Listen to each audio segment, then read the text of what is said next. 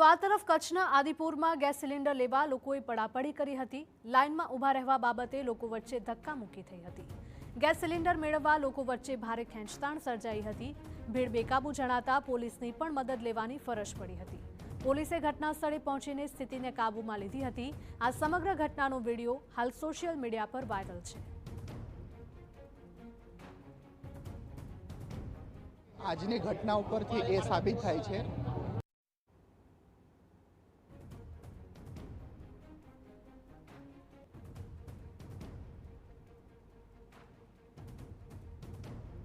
કચ્છના આદિપુરમાંથી આ દ્રશ્યો સામે આવ્યા છે કે જ્યાં ગેસ સિલિન્ડર લેવા માટે લોકોએ પડાપડી કરી હતી। લાઇનમાં ઊભા રહેવા બાબતે પણ લોકો વચ્ચે ધક્કામુક્કી અને બોલાચાલી થઈ હતી। ગેસ સિલિન્ડર મેળવવા માટે લોકો વચ્ચે ભારે ખેંચતાણ સર્જાઈ।